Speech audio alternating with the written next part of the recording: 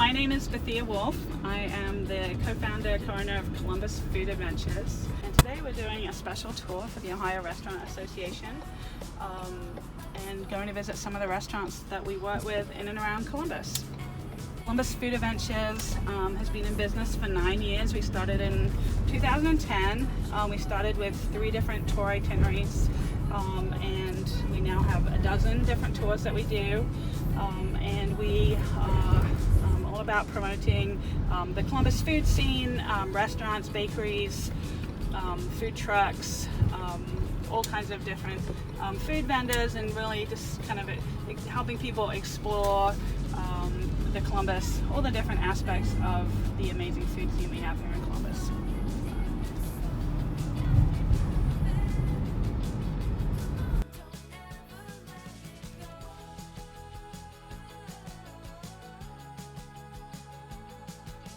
Now we are heading down to German Village. Our first stop is a real Columbus institution, over 30 years old. It's Katzingers Deli.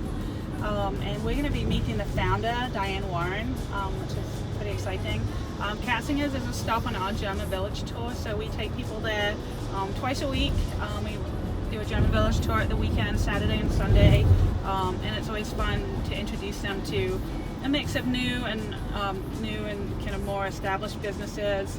So we have places that have been open a few months, places that have been open decades, and we give them a chance to they provide samples to the tour guests, so people get a chance to try their food, and then we also give them a chance to kind of tell their story, and maybe they share something, an aspect of their business that people are less familiar with.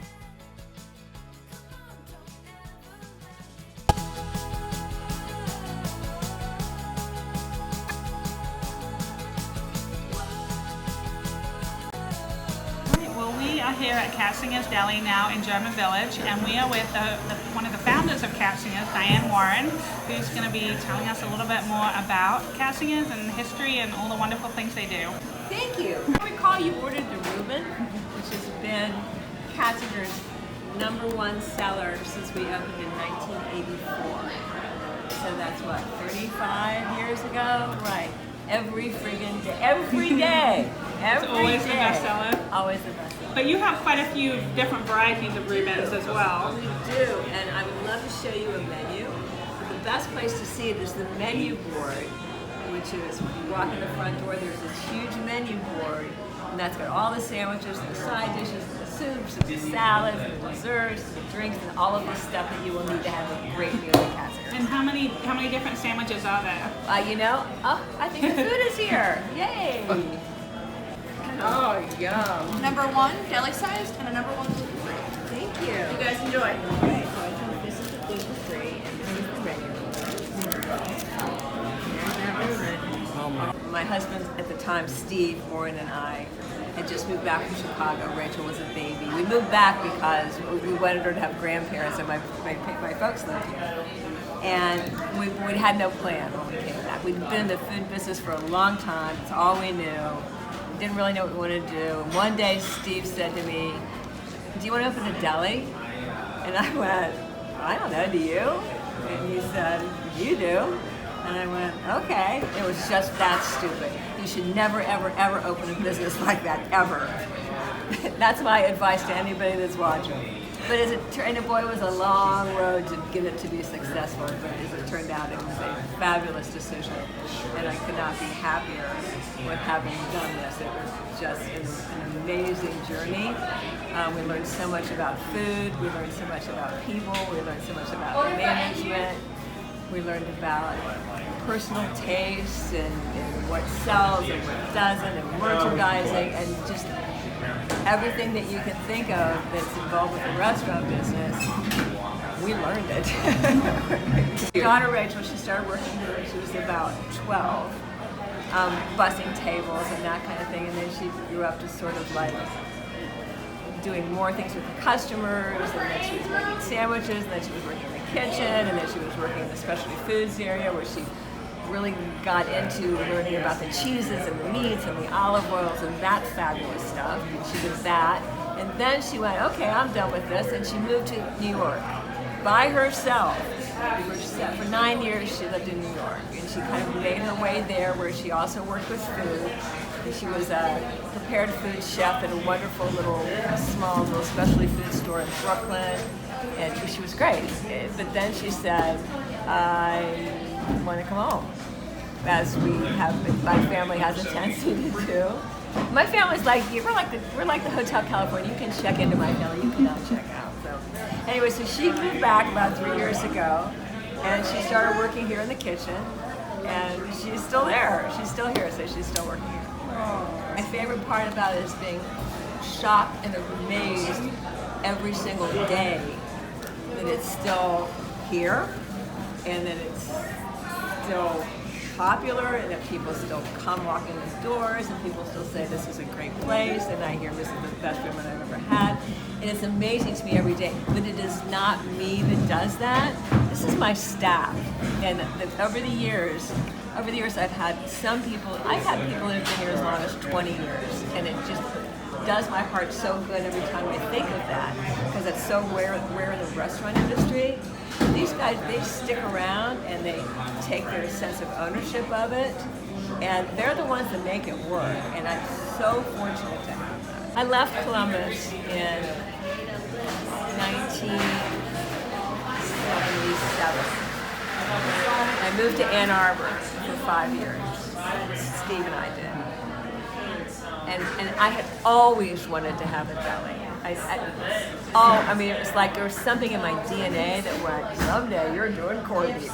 And I came back to Columbus in 1984, and I kind of looked around what was going on, and Nationwide had opened, and people were moving here from the East Coast, and I went, now's the time. And so when Steve said to me, do you want to open a deli? And I went, if you do? And he said, okay, if you do. I went, this is the time. This is the time. We first opened the deli, and we had all these specialty foods, and we'd have extra virgin olive oil, which we no longer sell because we have extra virgin olive oil. We had goat cheese, and I would go around and I would sample these things to people, and people would go, I can't eat anything with goat. Balsamic vinegar? I never heard of that. I can't taste that. It was a Midwestern thing to do. Extra virgin olive oil, does that have something to do with sex? I mean, it was just like, and I would try to, I'd do all these flyers, and I would talk with them, and just taste a little bit, it's so good. And it was this whole process of educating a clientele that was not familiar. Now, there's a whole bunch of things that worked in our favor. One of them was, of course, is that it wasn't too long in which people started traveling more. And kids, instead of going to summer camp, went to Europe for the summer. And they came back and they went, I had this cheese, can I buy this in Columbus? You know, that kind of stuff. So that stuff worked to our advantage. But it was a real process of, our intention was never to bring Columbus along. Our intention was to sell corned beef, but it was an unexpected little victory that we had. All right. Well, the Reuben is a classic New York-style deli sandwich. Corned beef, Swiss cheese, sauerkraut, Russian dressing, and really great bread. This particular Reuben is made with corned beef that we get from Cy Ginsberg, who comes out of Detroit, and we have been getting his corned beef since the day we opened, October 1st, 1984. And one day, about 5 years ago, I sat down with Cy. He came to town and he came to see me, and I said, so what's your game plan for the future? Because you're not young anymore, and neither am I. And he said, I got a plan. You're going to get your corned beef. Don't you worry about it. Because I was so worried about not getting this corned beef. Our bread comes from Minotera Bakery in Pittsburgh. They deliver it fresh to us daily, except for Sundays. And we get this bread because it's the right combination of crispy, slightly chewy crust and really firm inside. It's called the crumb. It's got to be able to hold all that filling right. without Exactly. just falling apart. We're not falling apart, exactly. We've got a really good, we use Emmentaler Swiss cheese, which is the original Swiss cheese. It came from Switzerland, thousands of years ago. That's the Swiss cheese that we use, not that particular one, thousands of years old, but that's the brand. And then the sauerkraut and the homemade Russian dressing. And it is a mouthful of lusciousness. It just, How many it just is. thousand pounds of corned beef do you get That's through a right. year? That's right. I was thinking about that yesterday. Because I haven't looked lately, but it was about 26 to 30 tons of corned beef a year that we go through. Right. Now, it may be more now because the business has been good. Even since I sold it, I should say since I sold it, the business has stayed consistently good. So that's what we got. Yeah.